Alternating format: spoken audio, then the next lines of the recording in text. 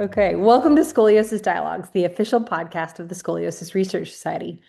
You may know that June is Scoliosis Awareness Month, and we are so pleased to invite Kayleigh Bennett onto the podcast to share her story and give us all some insight into the perspective of a patient, and specifically a teenage girl who's been through surgery. So welcome, Kayleigh, and your mom, Amanda.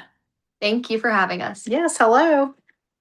So let's start off by having you tell us about who you are, maybe what you do for fun, and a little bit about what you'd want us to know about your life.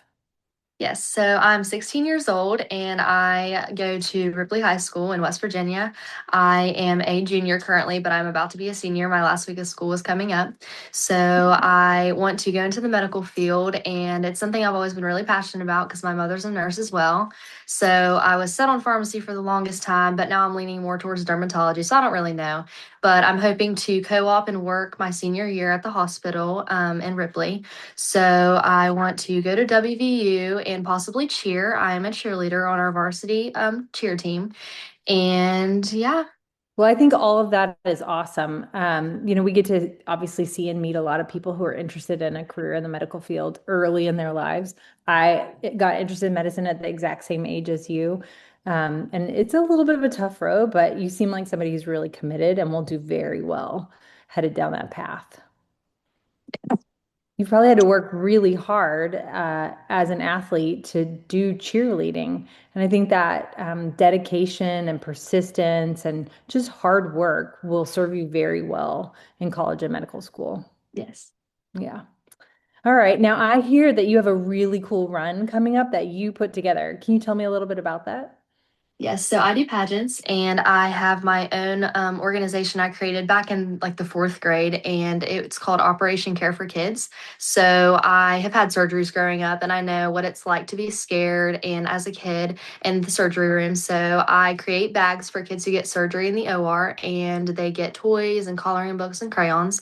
So after my scoliosis surgery, I kind of came up with the idea of wanting to have a run for scoliosis awareness and raise money for the Scoliosis Research Society.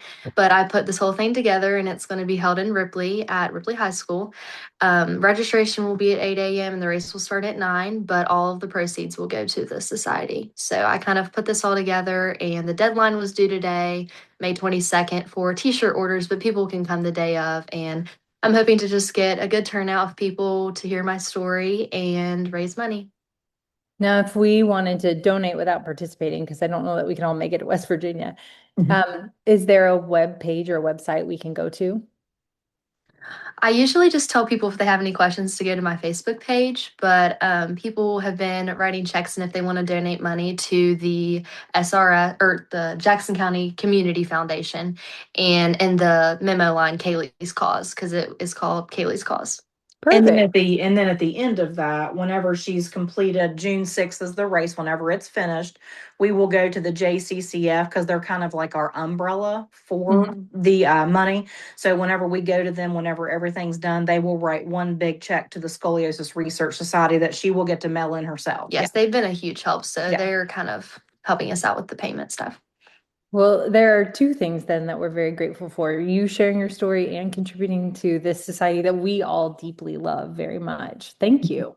Yes, thank you.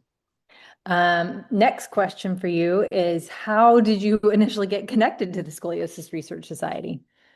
Well, whenever I came up with this idea, I was looking around and I kind of just found it online. But whenever we got in contact, you guys were just so nice. And I thought that it was a great way and one of the best places to send the money to, because it's something that I'm just so passionate about. And I feel like, because my doctor's 2.5 hours away, and there's nothing really like that in West Virginia. So I just think it's really cool. That's a long drive for all of us Yes. here. Um, Now let's focus in on your scoliosis journey a little bit. Your curve was found somewhat unexpectedly, and by the time it was discovered, it was already a decent size. Tell us about what you felt or you thought at the time. Yeah, so I have always been active growing up, like you said, and I was going to the chiropractor a lot because I was in so much pain from gymnastics. I was in gymnastics at the time, and my chiropractor is actually the one who was like telling my mom, like, you need to come over here and look at this because it was just hooved up. You could see it. So that's when we made the 2.5 hour drive to Morgantown, and we went to Ruby Memorial Hospital, and I got my first X-ray, and it's like this big machine, and it's overwhelming, but I wasn't really too worried. So my back was at 33 degrees, the curve. So that was kind of, we just made a follow-up appointment for a year. So I wasn't really too worried. I mean, I was in pain, but I was always in pain. So it wasn't really anything different. But yeah, by the time August came around, we were at Kings Island and things changed really quick. Yeah. It's interesting that you said that. Many of my patients will tell me that somebody noticed a change in their back while they were out walking in front of their families. And it's almost always over the summer or at an amusement park. So your story completely matches everyone else's. Now, for families who haven't gone through that yet, what did you guys notice and how did you proceed from that point? Yes, well, you can go ahead with what you Well, noticed. yeah, basically, so she told you whenever the doctor first noticed it, we took her to Ruby Memorial and it was at 33 degrees or so. And then that was in January, I believe. So in August, we were at Kings Island Amusement Park and I was walking behind her and I noticed that there was a noticeable change. And I was like, oh gosh, what is going on?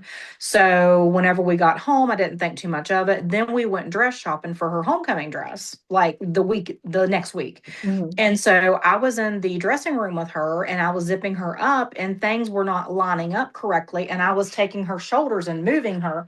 And I said, you need to stand up straight. Like your posture is not very good. You need to stand up. And she said, I am standing up. So we were like arguing in the dressing room of Elizabeth I Michaels. remember that night that Yeah. was really hard on all of us. We were all really upset because she took a picture of it and it was a noticeable And change. it was just, it went from 33 degrees to a huge change. And then I called Morgantown, took her back up there 2 weeks later, and it was up to 46 degrees that fast. It can go really quickly, can't it? Yes. Yeah, the doctor was really concerned. He was like, I've never saw anything progress this quick. Yeah. And he had to schedule an MRI because he said, I don't know if there's a tumor. Like, I don't know what's going on here because I've never saw something like this quick. Right. Yeah. So it sounds like at that point, a lot of information came at you really quickly when Dr. Parsons saw your curve increase and then ordered this MRI on top of it. How did you process that? And what do you think really helped you get through that time? That was just a really, really rough time because we had already scheduled the surgery too. Because he was like, this is going so fast. I know it's going to get to the 50-mile mark where that's when you do surgery. So we scheduled surgery, scheduled the MRI, and we were all good with the MRI. So my scheduled surgery was December the 17th. Mhm. So it was a very, very crazy time. And I was so scared. I didn't know what to expect because his words at that appointment were, you're going to feel like you got hit by a truck, but it's going to be worth it. So, Oh, did you have anybody that you or your family reached out to either in his office or through a community or a scoliosis network or anybody you turned to? No, we didn't really. This was just something that we have never, we I've just known didn't. people with scoliosis, but I had never met anyone with the surgery. There's one Right. girl to this day, I think, that I've met with a full fused spine, and she was in my class, and it was right before my surgery. I was getting all my finals done early, and she was trying to talk me through it, and she was just trying to tell me that it would be okay. Like, it's going to be worth it because I was in pain every single day. I mean, it really took a toll on my life and my cheerleading stuff, and it was just rough. Yeah. Well, then on top of that, your surgery was what, 3 days after your cheerleading state competition? It was. My goodness, that's a lot all at once. How did your team work, your team from your doctor's office or your family work with you to balance your timeline with your personal goals? And if you think about that cheerleading competition, was that important to you in preparation for your surgery? It really was. I mean, like I said, it was really hard for me to do things like tumbling and stuff. I had to be taken out of like all of my tumbling passes, and because I'm a flyer, so I stayed in my flying positions, but I had to be taken out of all my tumbling, and like even the week like leading up to it, I had to just be taken. I was like, look, I'm really sorry, but my surgery's coming up and I just cannot do this. Like I was in so much pain. And because my back was probably over 50 at this point. Oh It yeah. was, Oh yeah. Mhm. yeah. So I told my doctor, I was like, I have to schedule it for after. Like, because we were working out of time and I was like, we have to schedule it for after states. I have to get through this. I'm a part of the team. And that would not really be fair to my team to just like, I know it was medical, but in the middle of the season, I was like, I can get through this, so I'm going to. And my team was really supportive. I mean, they understood why I couldn't tumble. And even after surgery, they understood why I wasn't. I mean, I was out for 6 months. So they were really supportive. And then my family and the doctors, of course, understood. So we scheduled it 3 days after states. It was tough on her, but picking her up from because she just had her learners at the time, so I still had to pick her up from practice. I Oh my would pick her up from practices, and she would just be bawling, like crying, like big tears because it was so painful to even get through. But she pushed herself for her team and her teammates and schoolwork, And of and course, I wanted to do it because I've been on like the team all of these years. And I'm like, well, I want to get through it if I she can. never gave up. no, competitions mean so much when you're on a team like that. Yeah. Yeah. And did you guys do well? We got fifth, I think, but that was, yeah, the only thing I missed that year was basketball season. So I was like, at least I got through my like regional stuff, like my competition stuff for high school, because I was like, I've been on the team, and if I can make it after, then I will. You won regionals. We won regionals. We've won regionals the past 2 years. Yeah, and then they got fifth in the state that year that she had her surgery. Yeah, and then this year we got fourth. Yeah. That's amazing. Congratulations. Thank you. Yeah. Do you have a favorite performance that you remember out of all the ones you've done? Probably this past year, I would have to say. We did really, really good. We did really well. They got fourth this past year at the states and won regionals again. So Yeah. Yeah, that's awesome. Well, for spine surgeons that are listening to this podcast, we always like to get your perspective. Was there anything that either Dr. Parsons himself or his team at the hospital did that helped ease your fears during this really high stress period? Well, I feel like everything happening in less than a year was really overwhelming, and I didn't know what to expect. And because I haven't dealt with this my whole life, like it hasn't been like an upleading thing. And I never had a brace, nothing like that. So everyone at the office, like kind of being around other patients, like I don't know, something in the environment, just like other people having to go through the same thing, kind of like eased my nerves a little bit just because he's so experienced and he made me feel really calm about things. And him saying you're going to feel like you got hit by a Mack truck, but it's going to be worth it. He would sit there and tell me stories of other patients and what they've said and like quotes of what they said after the fact. And that really helped a lot. So, I do that too. And I'm really glad to hear from you that that helps. yes. Because I think it's really important to get some perspective from other people who've been through it when you haven't before. And who do you turn to if you don't know anybody else who's had it? So I try to pass those stories on as much as possible. Yeah. In the day of for surgery, he actually, Dr. Parsons, he's amazing. We just love him. He sat down with us, and Kayleigh, we were all a ball of nerves. It was parents and her, and we were just a mess. And he sat down with us, and he was talking about the blood saver and all the things that may have to happen. And he sat down and he prayed with us. And I, as a parent, thought that that was very special. So we really appreciated him. That's when you hit the sweet spot, when your surgeon just knows what you need. Right. He was great. So you mentioned in your patient story that physical recovery was hard, but the mental challenge of sitting still as an active athlete put you in a really tough spot. Can you describe what those times looked like for you and how you coped with recovery? Yeah, so being so active, it was really, really hard for me in those 6 months because after surgery, I was in so much pain, especially for the first 2 weeks. I don't remember much from that because I was up every single night, up vomiting, all the things. Like I could not sleep. I could not find any comfortable position. Like it was just so hard on my body. But like I said, over time it was mentally hard because at the 3 month marker I could stretch, but all I wanted to do was just go run or go do cheer stuff. Like I couldn't do any of the stuff I was used to. I've never went that long without doing anything. And so it was a hard time, but even getting back into cheer that summer, because we don't have trials until August. So June when I was released, that summer was really, really hard. And I wasn't happy with like my my performance. So I was like, I've been through so much, but I would forget and I would just like, why am I doing so bad? Like it was just all the things. So I got with two other tumbling coaches out of cheer practice and was working every single day, and I ended up making the team. So I was really proud of myself. But even to this day, I still like cannot tumble how I used to. And you just have to relearn everything. And that's such a big part of it. Like relearning how to walk, but then growing into relearning how to tumble and all the things in my sport, that's been a really hard time. Yeah, I think one of the challenges is finding new things to be good at, right? Because you have to change what your expectations are. And the best way to do that is to find things that you can be good at that maybe you wouldn't even have thought of before. Yeah, because there's some things I say I can't do it, like at tumbling class, even now. I'm like, I can't do my back handspring. They're like, well, you can. And I'm like, well, it's really hard because you can't bend your back as well.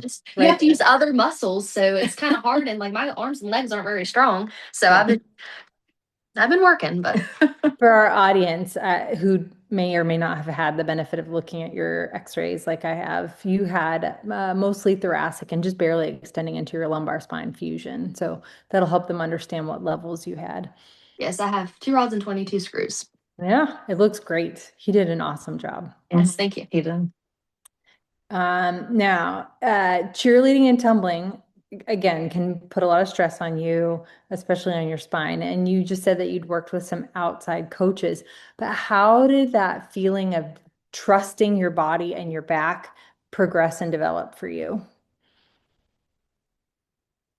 It was, I mean, just from watching her, I mean, whenever we first started doing the, like basically privates, like going in with that coach by herself, because a lot of this was strength. She was had hard. lost so much strength. And so she was having to relearn how to use like use her legs more, use her arms I more. had to start at the basics, You like the can't use cartwheels and the handstands, because I could not. I was like, this is so difficult. like the back's not bending. Okay, actually, I forgot to mention this. The Yeah. day I got released, I was in Morgantown. We drove 2.5 hours home. It was 7 o'clock in the evening or so. I went out on that trampoline and I started tumbling. I started doing flips and stuff, and I was like, well, this feels weird. Because I even like that, I thought it would get better. No, like it's so weird. Like the feelings and stuff, it's completely different. It does not feel the same at all. Yeah. So she would be with these private coaches, and it was more building strength and like strengthening leg muscles. I would just break muscles, down. and she would get in the car and cry. And I was like, Kayleigh, it's okay. And she's like, I'm terrible now. And I was like, Kayleigh, your body has been through so much, Got hit by a truck, right? like this is like a whole new thing. Like you're going to do better. And she once again just kept pushing and pushing and pushing, and she did better. So Yeah. Well, that's good to hear. I think you might have just temporarily given a small heart attack to a bunch of surgeons by saying you went on a trampoline, but okay. Well, she was released, but it was the day she was released. Like she came home and he's like, okay, well, you can do whatever you want now, because it was 6 months. So she comes home and she goes right on the trampoline. I'm like, oh my gosh, I think I'm going to throw up. I can't watch this. Okay, good. It terrified you too. That's great. If you wish surgeons knew one important thing about your experience, what would you want them to know? I know what I know what you're getting. I know. Yeah, go ahead, tell us. Do you want to say, or you want me? The pain. Oh my gosh. Okay. Okay. So we know, like he told us, like, he told her, you're going to feel like you got hit by a Mack truck. Like it's going to We be knew bad. that it was going to be painful. Okay. But, comparatively, she 15 years old at the time, and she didn't really know what a lot of pain was. Well, And so whenever we were in the hospital Tuesday through Friday, she was I don't even remember. medicated for pain there. And then we go home Friday evening and drive the 3 hours home, 2.5 hours home. And she was crying the whole way. We got home and had pain medicine for that night and the next day, and that was it. Oh, Then they wanted us to rely on Tylenol and Motrin, that was and awful. it did not hold It her. was terrible. And she was vomiting from the pain. I think that 2 weeks I wasn't on anything, and I was in so much pain I don't remember. Like she had a terrible time. So if I had any advice for any surgeon at all, period, please medicate them for pain that first couple weeks, because that was horrible. Because I remember in the hospital, they would give me like Valium or whatever through my IV. Well, they sent us home with liquid Valium, and that was one of the main reasons I started throwing up, tasting like chemicals. But other than that, I had to take Motrin, and it didn't do anything. No, it was just crazy. Yeah. It's interesting. At my institution, which is Rainbow Babies in Cleveland, we're doing a study right now to look, we're able to track what pain meds people are taking at home and Mhm. see how many days they actually are using Tylenol, Motrin, a narcotic, and be able to follow that. So hopefully soon we'll be able to give very objective information to other surgeons about how much pain medicine people typically do need. And Right. to your point, it usually lasts longer than 2 or 3 days. So we're Mhm. learning. We're all learning in this process. Yes. Yeah. Well, that's really good advice. Now, if you wanted to pass on some advice or wisdom for other teenagers or younger kids in a similar situation, what would you want to tell them? It is scary, but I would just say it's worth it. I mean, I know it's what my doctor told me, it's what other girls have said, but it's worth it because I'm not in pain every single day like I was. It's a different kind of pain. Like everything feels different after, but you're not going to be in that hard pain every single day. Mhm. And it's not going to be as bad whenever you get older. Like I feel like I'm glad I did it now because I'm glad we caught it when we did and all of that. So it'll be worth it. I think it's really important that you've talked so much about how you were able to return to a very physical activity like tumbling and cheerleading that requires some mobility and motion. I think a lot of our patients generally across the entire country or the world are really scared about losing their mobility. Mhm. And I think they think they'll come out of surgery and not be able to do anything. So your story in particular is very inspiring and important. Yes, I thought the same thing, honestly. Like I would see things online and I know this one specific cheerleader and it was really like she's a motivation to me and I really look up to her, but at the same time she has scoliosis and hers has to be at like 60 degrees. Like it is really noticeable and really bad. And she has put off her surgery for years and she still to this day has not got it. And that's why I'm glad I did it now because she keeps on putting it off and it just looks like it's getting worse and worse. So I'm glad I didn't do that because now I'm already like basically fully back to how I was. I mean, Yeah. I still have my times like with tumbling, but Different. and I get frustrated. Yeah. But I'm back is what I'm trying to say. Yeah. Awesome. All right, here comes the rapid fire question section. Are you ready? Gosh, yeah. Okay, here it comes. What's your favorite ice cream flavor? Mint chocolate chip. What's your favorite singer? Either Morgan Wallen or Megan Moroney. Ooh, those are good ones. Um, what's the best book you've ever read? I don't really like reading, but probably a Colleen Hoover book. Colleen Oh, Hoover. tell me about Colleen Hoover. I don't know anything about Colleen Hoover books. Well, what's it called? I don't even know the name. How it ends or Or It Ends With Us. It ends. Oh, There's a movie yes. to it Okay, I as do know well. those. Yeah, it ends Yes. with us, and then I think the next one is It Begins With Us. But I'm not sure. okay. What's the best advice you've ever been given? Or Uh, you can say the worst advice you've ever been given. no. I know she couldn't think of anything, but I said, Kayleigh, I've always told you to be a good person to everybody. She's like, that's true. I mean, yeah, I always help other people. I mean, I love doing like community service and stuff for my pageants. Like pageants is like one of the biggest parts of my life. She's So very giving, yeah. Yeah, that's good. In your school, what would you be voted most likely to? I'm very OCD and type A. So something probably along the lines of most likely to, I don't know. I always have all my work done. I'm straight A's. I'm very on top of things. I don't know what that would be. Most successful? I don't know. Probably most likely to be super organized, run the show, Yes, all yes, of those things. Very So- organized. That's a good one. that's her, yes. Well, thank you so much, Kayleigh and Amanda, for sharing your story with the Scoliosis Research Society.